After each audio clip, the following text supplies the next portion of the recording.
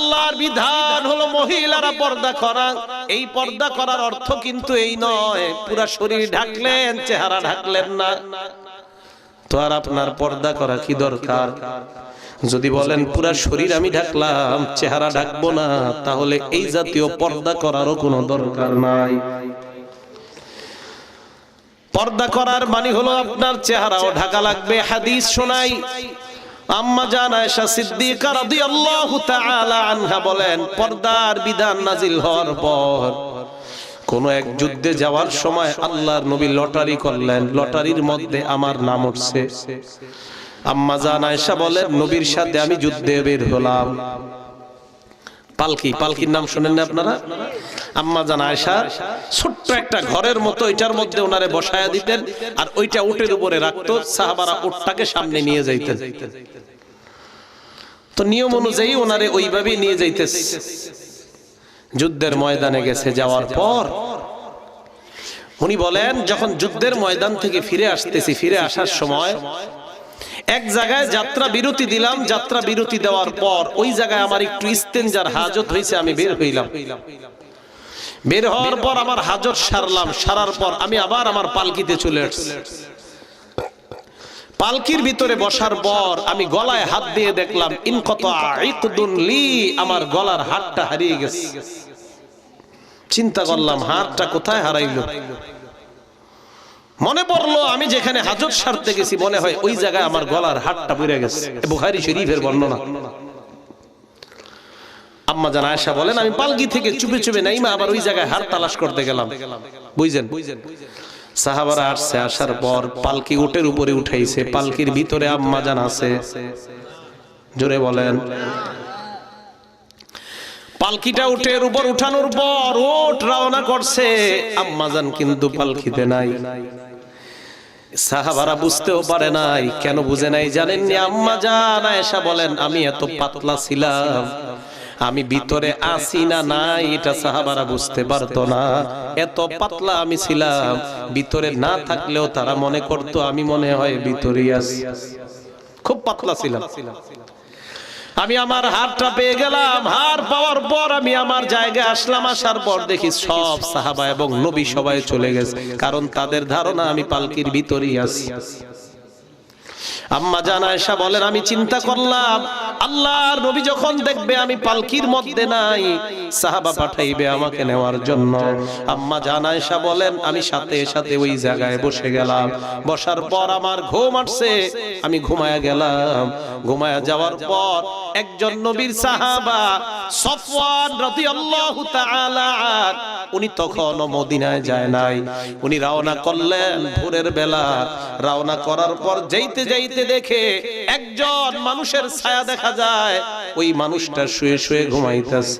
হযরত সফওয়ান তার দিকে তাকায়া দেখে এটা তো অন্য কেউ নয়, উনি হলেন আম্মা জান আয়েশা রাদিয়াল্লাহু তাআলা আনহা।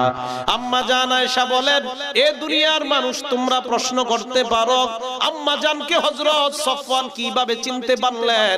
আম্মা জান আয়েশা বলেন, পর্দার বিধান নাজিল হওয়ার আগে সফওয়ান আমাকে দেখছিল, এই কারণে আমারে চিনতে পারছে।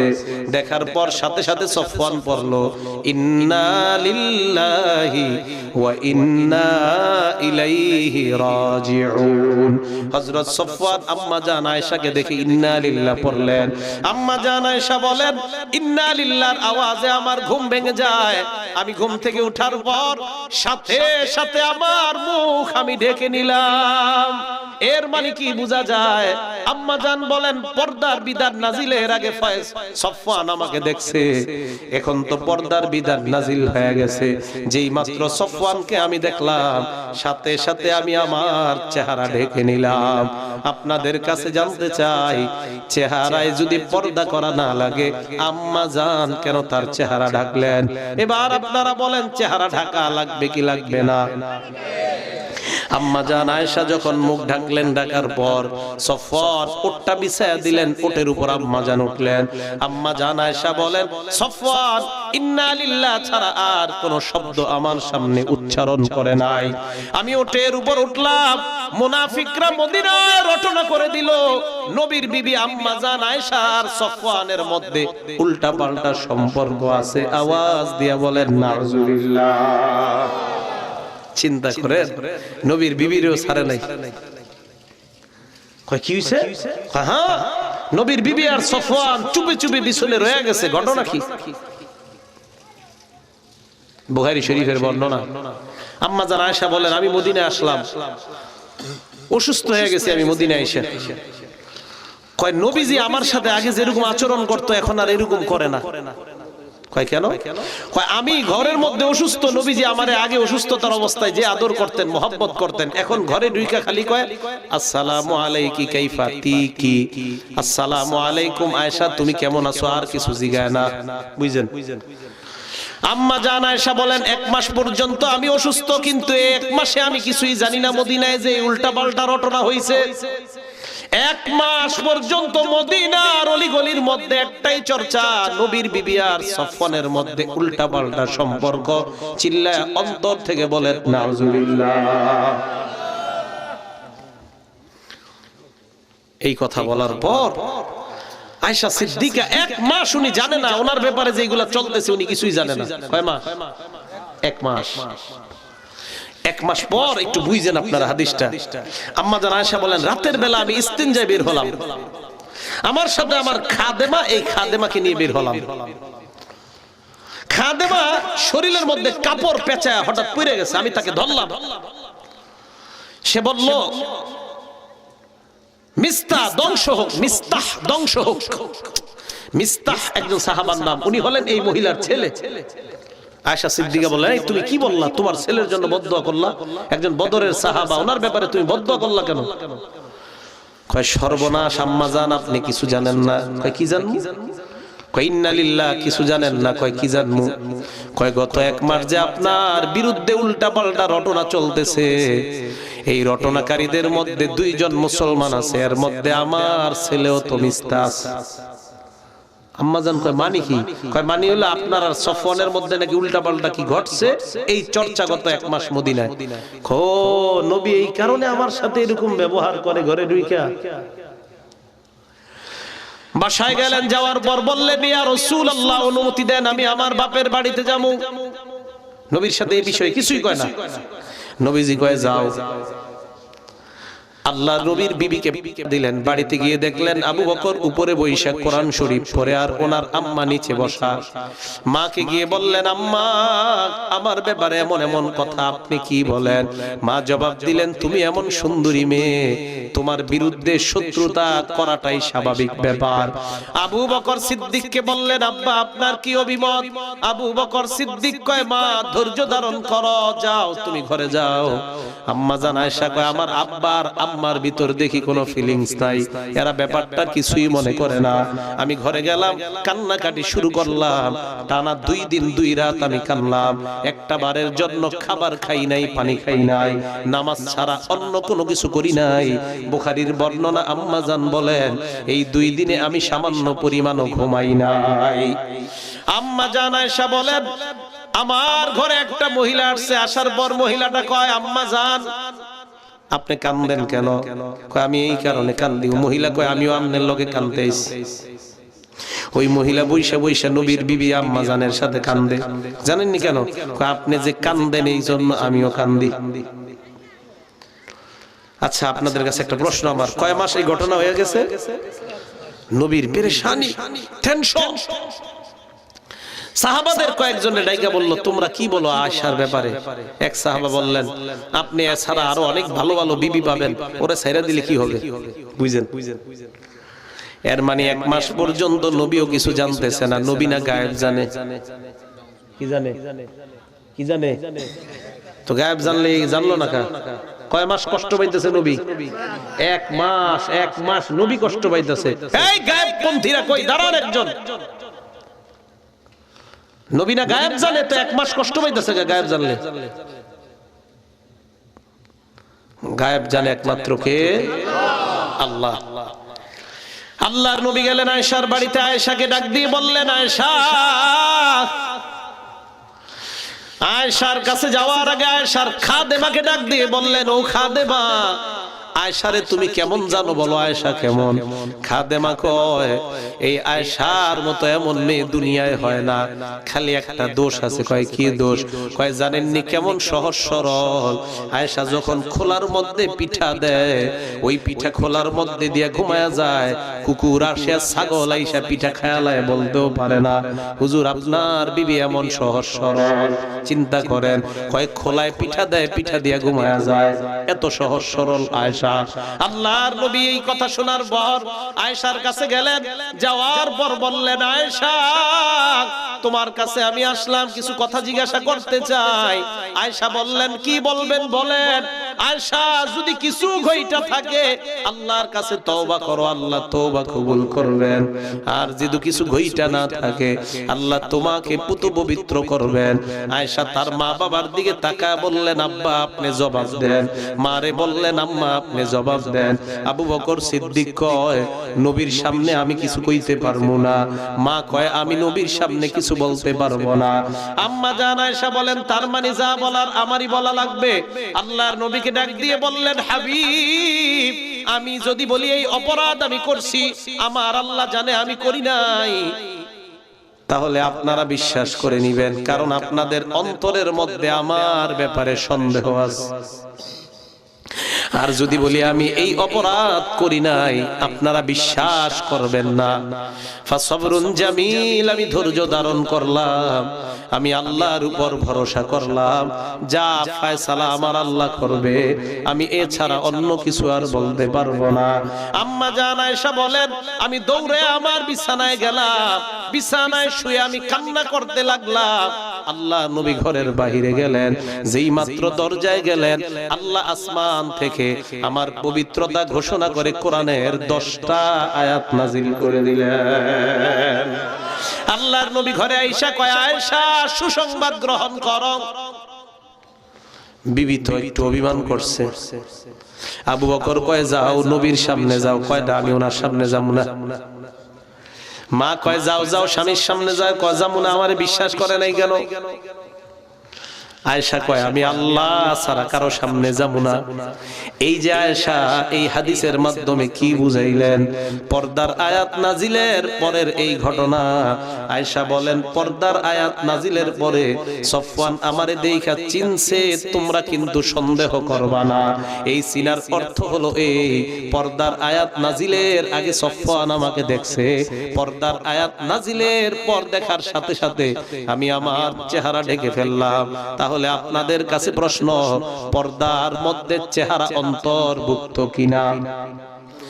পর্দা করা চেহারার মধ্যে লাগবে কি লাগবে না? আরো জোরে বলেন। ক্বালা রাসূলুল্লাহ সাল্লাল্লাহু আলাইহি ওয়াসাল্লাম, আল্লাহর নবী বলেন, ফাত্তাকুদ দুনিয়া ওয়াত্তাকুন নিসা, তোমরা দুনিয়া থেকে বেঁচে থাকবা, নারীদের থেকে বেঁচে থাকবা। ফাইন্না আউওয়ালা ফিতনাতি বানি ইসরাঈল কানাত ফিন নিসা, বনি ইসরাইলের মধ্যে নারীদের কারণে দুনিয়ায় প্রথম ফিতনা হয়। হযরতে মূসা নবীর ব্যাপারে একদল বনি ইসরাইল সম্প্রদায় বালআমে বাউর নামক এক বুজুর্গের কাছে যায়। ওই বুজুর্গ যেই দোয়া করে সাথে সাথে আল্লাহ তার দোয়া কবুল করে নেয়। ওই বুজুর্গের কাছে গিয়ে বলে, বালআম, নবী মুসার বিরুদ্ধে তুমি বদদোয়া করো। বালআম কয়, না, মুসার বিরুদ্ধে বদদোয়া করলে আমার বদদোয়া কখনো কবুল হবে না। জনগণ চিন্তা করলো কি, বালআম বাউর কয়, না না, নবীর বিরুদ্ধে বদদোয়া করা যাবে না। জনগণ কয়, তারে বাগে আনতে হবে তার বিবির মাধ্যমে। বিবিরে গিয়ে ধরার পর কয়, তুমি তোমার স্বামীরে বুঝাইয়া নবী মুসার বিরুদ্ধে বদদোয়ার ব্যবস্থা করো, যত টাকা পয়সার প্রয়োজন আমরা সব টাকা পয়সা দিব। এই কথা বলার পর বালআমের বিবি বালআমকে গিয়ে কয়, স্বামী আমার, তুমি একবার মূসার বিরুদ্ধে বদদোয়া করো, ঢেল সম্পত্তির মালিক আমরা হয়ে যাব। বালাম কয় আমার জিন্দেগিটা তুই নষ্ট করিস না। এক পর্যায়ে সবাই বলল তোমারে আরো টাকা দিব আমরা। বিবি বারবার পটাইতে পটাইতে রাজি করে ফেলছে। বালাম পাহাড়ের উপর উঠছে মূসা নবীর বিরুদ্ধে বদদোয়া করার জন্য। যেই মাত্র আল্লাহর দরবারে মূসা নবীর নামটা নিবে, সাথে সাথে দেখে জিহ্বাটা বের হয়ে নাভি পর্যন্ত চলে আসছে। জিহ্বাটা বের হয়ে যাওয়ার পর বালআম বনি ইসরাইলকে একটা পরামর্শ দিল, আমারে তো তোমরা ধ্বংস করলা, তোমাদেরকে আমি একটা বুদ্ধি দেই। বনি ইসরাইলের সামনে নারীদেরকে উলঙ্গ করে তোমরা রাস্তায় ছেড়ে দাও, তাহলে দেখবা তারা আর সামনে যাইতে পারবে না।